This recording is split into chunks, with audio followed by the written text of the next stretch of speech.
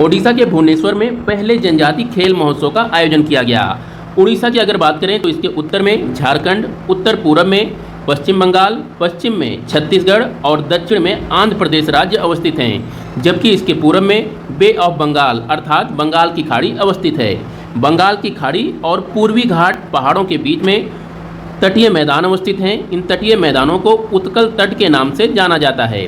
अगर उत्कल तट की बात करें तो यह तट दो नदियों के मध्य अवस्थित है। इसके उत्तर में सुवर्ण रेखा नदी अवस्थित है, जबकि इसके दक्षिण में ऋषिकुल्या नदी अवस्थित है। इन्हीं दोनों नदियों के मध्य उत्कल तट अवस्थित है। अगर बात करें सुवर्ण रेखा नदी की तो सुवर्ण रेखा नदी उड़ीसा और पश्चिम बंगाल के मध्य सीमा का निर्धारण करती है। उत्कल तट में बहने वाली एक प्रमुख नदी है महानदी। महानदी उत्कल तट को लगभग दो भागों में विभाजित कर देती है, उत्तरी भाग और दक्षिणी भाग। महानदी की अगर बात करें तो ये उड़ीसा की सबसे प्रमुख और सबसे बड़ी नदी है। इसी नदी पर हीराकुंड बांध भी अवस्थित है। तो ये कुछ फैक्ट एंड फिगर थे उड़ीसा के बारे में, उड़ीसा के उत्कल तट से संबंधित। यहाँ पर एक फैक्ट और ध्यान रखिएगा, उत्कल तट में ही चिलिका झील भी अवस्थित है और यहीं पर ही कटक भी अवस्थित है। कटक से ही महानदी के डेल्टा की शुरुआत होती है। भारतीय खाद्य सुरक्षा और मानक प्राधिकरण अर्थात food safety and standard authority of India से ईट राइट स्टेशन प्रमाणन प्राप्त करने वाला गुवाहाटी पूर्वोत्तर का पहला रेलवे स्टेशन बना।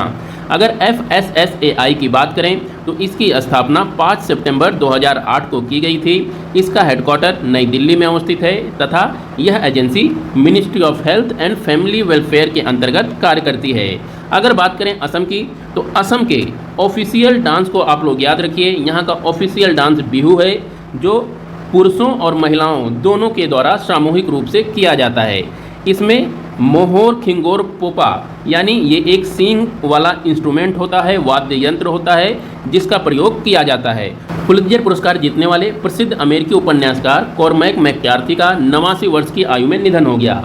यहाँ पर ध्यान दीजिएगा, इस टॉपिक से जब भी क्वेश्चन पूछा जाएगा तो आपको इनका नाम दे दिया जाएगा, कॉर्मैक मैककार्थी का नाम दे दिया जाएगा और आपसे पूछा जाएगा कि अभी हाल ही में इनका निधन हो गया, इनका संबंध किस क्षेत्र से था। नीचे कई ऑप्शन दिए होंगे, जैसे साहित्यकार दिया होगा, इसके साथ ही साथ आपको दे सकता है वैज्ञानिक दे सकता है, इसके साथ साथ खिलाड़ी दे सकता है, यानी कुछ भी इस तरह से 4 ऑप्शन दिए रहेंगे और आपको चूज करना रहेगा।